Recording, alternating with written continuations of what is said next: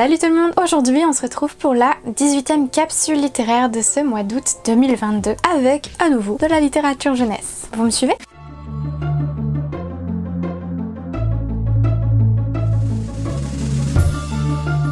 Alors, aujourd'hui, je vous propose de découvrir une réécriture d'un conte plutôt célèbre qui est La princesse au petit pois. Et là, Fleur Vesco, donc l'autrice de D'or et d'oreiller, va s'emparer pleinement de ce conte pour proposer une réécriture plus moderne, plus contemporaine. On se retrouve dans une société, j'aurais plutôt tendance à dire une société anglaise, puisqu'on a des lords, peut-être aux alentours du 18e, 19e siècle, mais c'est pas clairement daté, c'est plus dans cette ambiance-là. Et donc arrive ce lord Anderson qui est le parti le plus en vue dans la société anglaise à ce moment-là. Sauf que pour sa promise, il impose une épreuve un peu particulière où il demande aux jeunes femmes qui souhaitent devenir son épouse de dormir sur une série de matelas qui sont en fait tout simplement empilés les uns sur les autres, et le lendemain il leur pose une fameuse question pour savoir comment s'est passée la nuit, et en fonction de la réponse, elles poursuivent avec d'autres épreuves. Quand bien même cette situation est très étrange, c'est-à-dire qu'on est invité à dormir chez un lord qu'on ne connaît ni d'Ève ni d'Adam en vue de devenir son épouse, c'est très étrange, et pourtant l'épreuve connaît pas mal de succès et de nombreuses jeunes femmes s'y rendent dans l'espoir d'obtenir le parti le plus convoité. C'est notamment le cas de Madame Workins qui a 3 belles jeunes femmes qu'elle souhaite voir mariées et bien mariées, et elle va donc envoyer ces 3 filles tout simplement chez ce lord dans le but de leur faire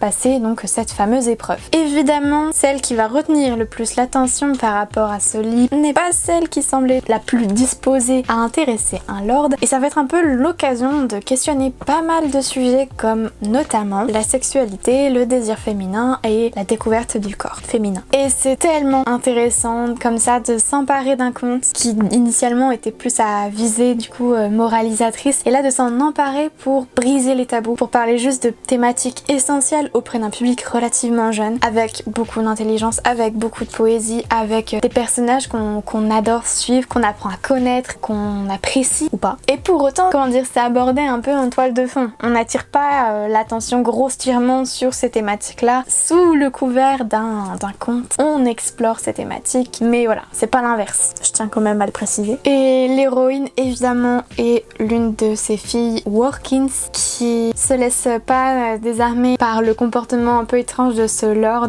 anglais, très sûr de lui, limite arrogant, qui pose une question très étrange le lendemain d'une nuit de sommeil. Et je trouve ça super parce qu'on a généralement vraiment des héroïnes comme ça qui sont un peu fortes, un peu modèles dans la littérature adolescente, et là ben c'était ce qu'il fallait pour pouvoir accrocher ce lectorat là en particulier pour une histoire vraiment, comme je le disais, avec des thématiques qui sont essentielles en fait à cet âge là, et vraiment l'autrice va clairement s'emparer du matériel brut pour l'explorer, pour le décortiquer et proposer une réécriture intelligente avec de l'humour qui est captivante, qui est super bien écrit. Vraiment j'aime beaucoup sa façon d'écrire, c'est juste un mélange entre formule de conte, humour, moderne, je sais pas, il y a quelque chose qui est bien passé en fait à ce niveau là, et du coup j'ai envie d'explorer d'autres livres de l'autrice. Et en même temps, ce qui est une chose qui mérite quand même d'être soulignée, on a le droit à une romance réaliste et ça fait du bien, c'est-à-dire que l'héroïne ne va pas du jour au lendemain tomber amoureuse de ce lord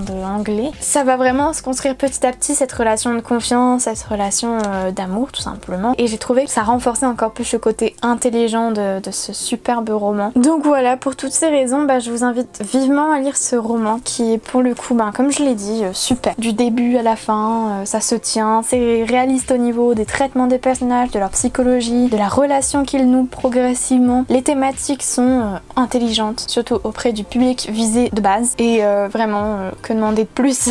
Clairement, c'est un roman, je trouve, idéal pour les vacances parce que il y a ce côté réfléchi et en même temps un peu bonne ambiance, feel good, de la littérature qui est à la fois légère, construite, vraiment un combo parfait, à nouveau je me répète. Et sur ce, moi je vais clore cette capsule littéraire en espérant que je vous ai donné envie de le lire. Je vous dis à très bientôt pour une prochaine capsule. Salut!